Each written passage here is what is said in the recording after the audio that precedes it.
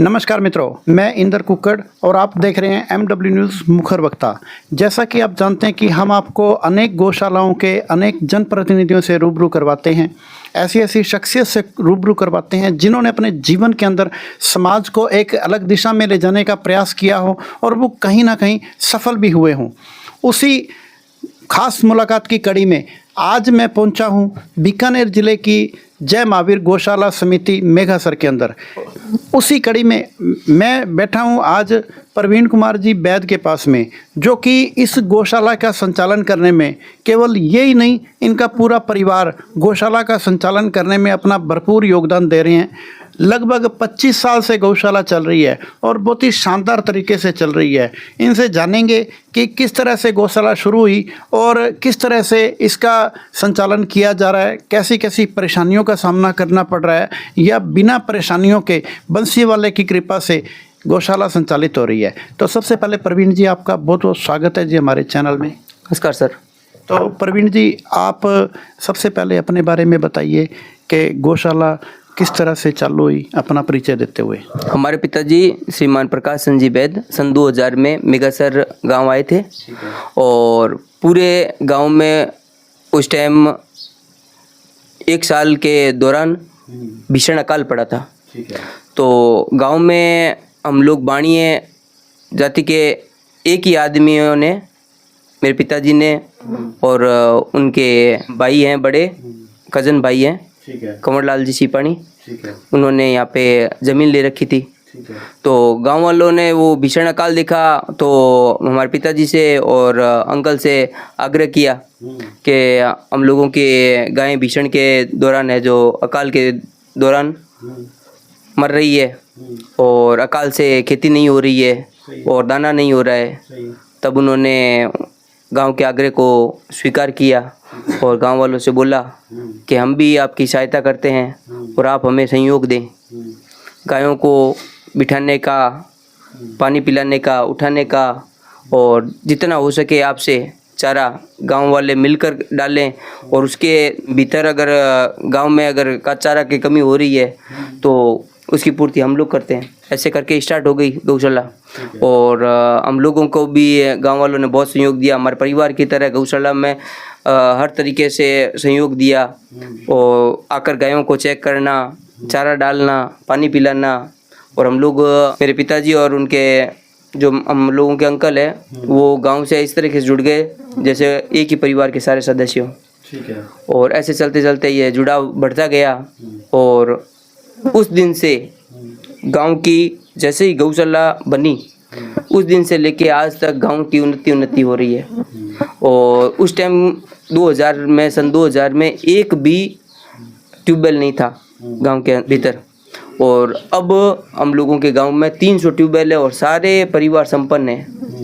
और हम लोगों को किसी भी तरीके की गौशाला चलाने के लिए या कोई भी चीज़ के लिए हम लोगों को कोई भी दिक्कत नहीं होती है और सारे गांव वाले और हम लोग मिलके इस गौशाला का संचालन करते हैं। कहते हैं कोई भी काम है जो वो बिना एक दूसरे के सहयोग से नहीं होता और बहुत ही बढ़िया बात है ये। तो जो आपके पिताजी और अंकल जो हैं उन्होंने और पूरे गांव के जो निवासी हैं उन्होंने मिलकर इस गौशाला को चलाने में अपना भरपूर योगदान दिया और शानदार तरीके से चल रही है।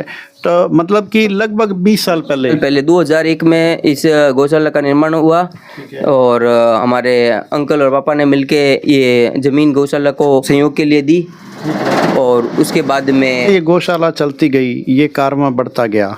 तो बात करें कि अपना जो रजिस्ट्रेशन 2001 में हुआ और उसके बाद में धीरे धीरे सब चीज़ की व्यवस्था धीरे धीरे होती गई। शेड और बने हुए नहीं थे पहले और उसके बाद में धीरे धीरे जैसे जैसे सब लोगों ने सहयोग किया, गौशाला में शेड बन गए और गायों के लिए अलग अलग बैठने की व्यवस्था हो गई, गायों के लिए खेलियों की व्यवस्था होती गई। ऐसे करते करते धीरे धीरे गौशाला का निर्माण। बात करें ये गौशाला लगभग कितने एरिया में फैली हुई है? ये 2.5 बीघा 3 बीघा के अंदर ये गौशाला फैली हुई है। तो ये सारी जमीन जो है 3 बीघा जमीन है, ये आपके परिवार में दान? ये हमारे परिवार में सिर्फ गायों को सहयोग के लिए, इस गाँव को सहयोग देने के लिए ये गौशाला के निर्माण के लिए दी गई थी। ठीक है। तो अब 3 बीघा 2.5-3 बीघा के अंदर जैसे गौशाला चल रही है, जब ये शुरू करी थी तब कितने पशु थे लगभग? जब स्टार्ट की थी उस टाइम 50 पशुओं से हम लोगों ने स्टार्ट की थी और आज हमारे पास में 200 पशु हैं। 200 पशु हैं। और बात करें अनुदान की, तो अनुदान आज जो आ रहा है वो पूरे 200 पशुओं का आ रहा है? बिल्कुल, धीरे धीरे जैसे जैसे बढ़ता गया, पहले 50 से स्टार्ट हुआ, फिर 100 पे, और अब अभी तक पूरा 200 का नहीं आ रहा, बाकी धीरे धीरे करके जैसे जैसे संयोग हो रहा है लगभग 200 के पास पास में आ जाता है। तो प्रवीण जी, आपने तो वो भी समय देखा है कि जब सरकार जो है वो 3 महीने का अनुदान देती थी, फिर 6 महीने का किया, फिर 9 महीने का किया, फिर 10% बढ़ाया भी, तो तब मैनेज करने में थोड़ा सा दिक्कत परेशानी भले आती हो, लेकिन आज की बात है, आज परेशानी ज़रूर नहीं आती है। तब कैसे मैनेज होता था और आज कैसे मैनेज होता है? पहले मैनेज करने में बहुत परेशानी आती थी, अब भी परेशानी तो आती है। प्रवीण जी, बात करें कि आज जैसे आप 200 पशु, 200 गोवंश का आप जैसे संभाल कर रहे हैं, उनकी सेवा कर रहे हैं, तो इसके अंदर आप उनको विशेष रूप से जैसे लापसी का है या चाटा है या खल चोरी है, उसकी कैसी व्यवस्था रहती है? हम लोगों के गौशाला के अंदर सर्दियों के अंदर अपने गंवार का चारा आता है, वो फलगट्टी देते हैं, और गर्मियों के अंदर तुड़ी और अपने मूंगफली का चारा और हरा घास आता है, उसकी व्यवस्था रहती है। और उसके बाद में अगर दोनों टाइम हम लोगों के पास में हरे चारे की व्यवस्था नहीं हो पा रही है, तो एक टाइम में हरे चारे की व्यवस्था और दूसरे टाइम में चाटे की व्यवस्था में खल चूरी चापड़, ये सब चीज़ें। और अगर कोई गाय बियाने वाली है या बन है तो उसको गंवार की व्यवस्था होती है जिससे उसमें ताकत रहे। अब बात करें, जैसे आज अपनी जैसे गौशाला बहुत अच्छे तरीके से व्यवस्थित तरीके से अपने जैसे इसको संचालित कर रहे हैं, इस गौशाला में क्या कुछ बना हुआ है भवन के रूप में, या जैसे अपने देख रहे हैं छपड़े बने हुए हैं, तो लगभग क्या कुछ बना हुआ है? हम लोगों गौशाला में सबसे पहले गायों के लिए पानी की अच्छी सुविधा है, खेली है, और चारे को डालने के लिए खेलियाँ बनाई हुई है। ऊपर छप्पर के लिए लोहे के पूरे शेड बनाए हुए हैं, और चारा स्टॉक के लिए हम लोग जैसे 6 महीने का चारा थोड़ी का टाइम होता है तब उसमें स्टॉक करवा लेते हैं। हाँ, एडवांस करवा लेते हैं। और छोटे बच्चों की अलग से व्यवस्था की गई है और बड़े गायों की अलग से व्यवस्था की गई है। और जो गायें, कुछ गायें ऐसी भी होती है जो छोटी गायों बड़ी गायों के लिए मतलब उनको बैठने नहीं देती, खड़े होने नहीं देती, उनको दिक्कत देती है, तो उन ऐसी गायों के लिए अलग व्यवस्था की गई है। और जो गाय बियाने वाली होती है, कभी कभी कोई गाय ऐसी होती है जो बियाने वाली होती है तो उनको दूसरी गाय परेशान नहीं करे, उसके लिए उनकी अलग से व्यवस्था की गई। तो बात करें अब जैसे गायों की बात जैसे चली पड़ी है, तो अपने जैसे 200 गोवंश है, 200 गोवंश में से कितने छोटे बच्चे हैं और कितने नंदी हैं या सारी गाय हैं, कैसे? 200 गोवंश हैं, उनमें ज़्यादातर तो 2 साल से ऊपर के हैं, और उसके बाद में 2 साल से नीचे के लगभग 25-30 बच्चे होते हैं, तो उनको साइड में अलग से व्यवस्था करते हैं, क्योंकि छोटे बच्चे को खाने के लिए बड़े गायों के बीच में बड़ी प्रॉब्लम होती है, तो उनके लिए साइड में अलग से व्यवस्था की गई है। और नंदी भी हैं? नंदी 7-8 नंदी हम लोग तैयार करके रखते हैं गायों के लिए, और उनको जैसे यहाँ पे बोलते हैं 4 या 5 साल से हम लोग उनको खल छुरी अलग से देना स्टार्ट कर देते हैं, और वो नंदी धीरे धीरे तैयार होते रहते हैं। तो अब जैसे बात करें, आपने 200 गोवंश रखे हुए हैं, और अगर मान लो अपने गोवंश और बढ़ाने की बात आए, तो अपने कितने गोवंश रखने की अपने पास में सुविधा है? अपने पास में 250-300 गोवंश रखने की व्यवस्था है, पर हम लोग जिस हिसाब से देखते हैं कि गाय की सेवा अच्छे से होती रहे, तो हम लोग ज़्यादा गोवंश करना नहीं चाहते। हम लोग बस सेवा भी हो और अच्छी सेवा हो, इसलिए 200 के अंदर अंदर गोवंश रखना चाहते हैं। आपके पास में जैसे कोई ग्रामीण है, वो कभी कोई गोवंश देने के लिए भी आ जाते हैं, अगर आ जाते हैं तो उनका क्या सिस्टम रहता है, किस हिसाब से रखते हैं? ग्रामीण जब भी कोई गोवंश देने आते हैं, सबसे पहले तो हम लोगों का यही आग्रह रहता है उनसे कि अच्छे से वो अपनी कोई गाय दे तो उसको संभालने आता रहे, जब तक वो यहाँ पे पूरी रंज नहीं जाती तब तक वो देखने आता रहे, उसका सहयोग करता रहे। और उसके यही सलाह देते हैं कि अगर तुम्हारी गाय एकदम तरोताज़ा है और माँ का रूप है गाय, अगर तुम इसकी सेवा अच्छे से कर सकते हो घर पे, तो पहले घर पे ही करो। और उसके उपरांत तो उसकी ज़्यादा ही कोई दिक्कत होती है कि उसके घर में कोई सेवा करने वाला नहीं है, या गाय को उठाने वाला नहीं है, या बिठाने वाला नहीं है, चारा खिलाने वाला नहीं है, या उसके घर पे और कोई दिक्कत है, तो हम लोगों की गौशाला खुली है। तो मैंने ये भी सुना है प्रवीण जी के आपकी जैसे गौशाला के अंदर जैसे आप स्वस्थ पशु को लेना पसंद नहीं करते हैं, अगर कोई निराश्रित है या कोई बीमार है या जिसको कोई संभालने वाला नहीं है, ऐसे पशुओं को ज़्यादा लेते हैं, इसका क्या विशेष कारण है? ऐसा कोई विशेष रीज़न नहीं है। बाकी इसका हम लोग ये सोचते हैं कि किसी के घर पे या किसी के कोई पशु बैठ गया है तो उसको पूरा अच्छे से उठाने वाला नहीं है, तो हम लोग यहाँ पर सेवा होती है गाय की, उस हिसाब से सेवा करके उसको लेते हैं। और अगर पशु स्वस्थ है और हमें दिखाई दे रहा है कि उसके घर में सेवा करने वाले हैं और वो अपने हिसाब से सेवा करके खाना पिलाना करना उनकी जिम्मेदारी होती है, तो इसीलिए हम पहले उनको यही आग्रह करते हैं कि आप इसकी सेवा करो। तो अब बात करेंगे अपने गौशाला में स्टाफ की।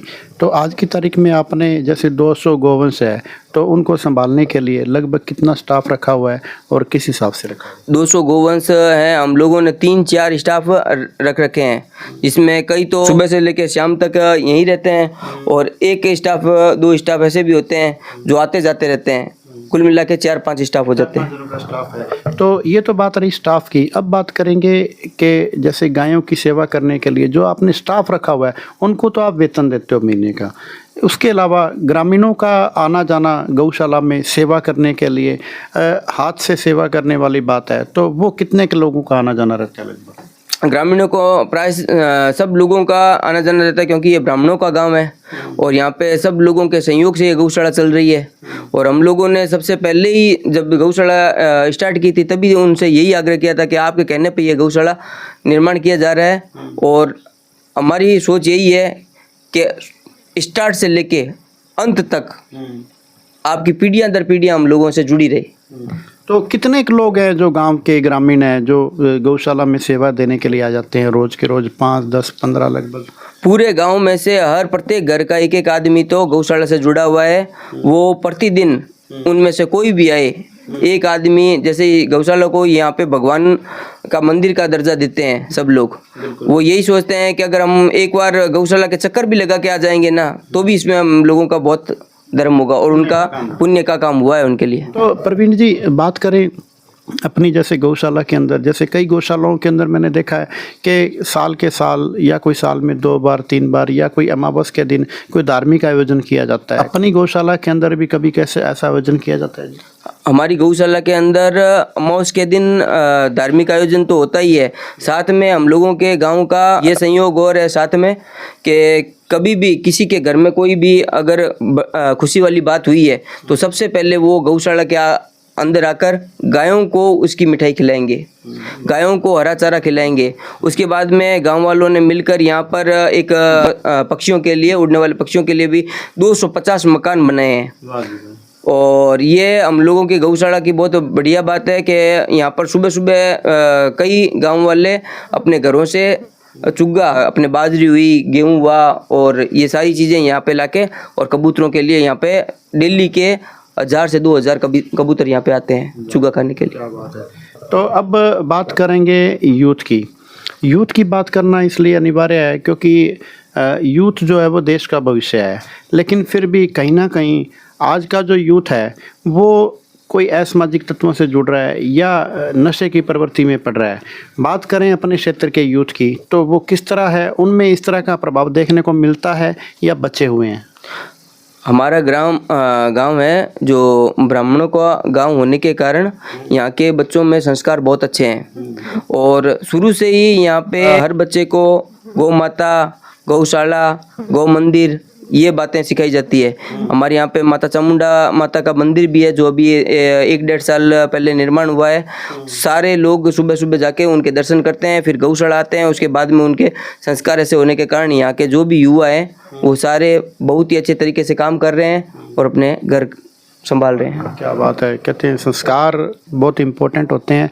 तो अब जितने भी दर्शक आपको देख रहे हैं, आपके मिलने वाले शुभचिंतक देख रहे हैं, केवल मेगासर गांव के नहीं बल्कि आसपास के गांवों के लोग भी देख रहे हैं, क्या उनको अपील करना चाहेंगे, क्या उनको संदेश देना चाहेंगे?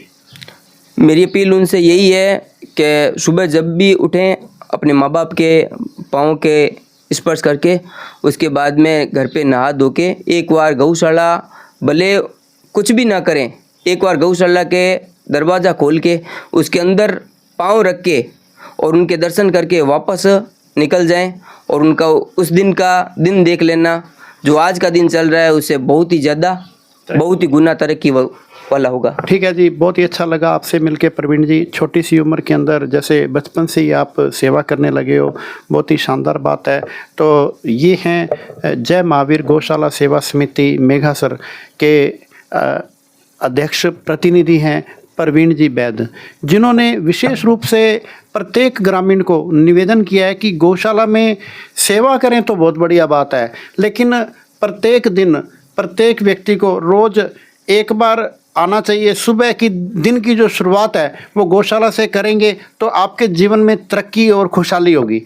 तो इसलिए अपना जीवन सफल करें, गायों की सेवा करें। ठीक है जी, MW न्यूज़ मुखर वक्ता में समय देने के लिए बहुत बहुत धन्यवाद।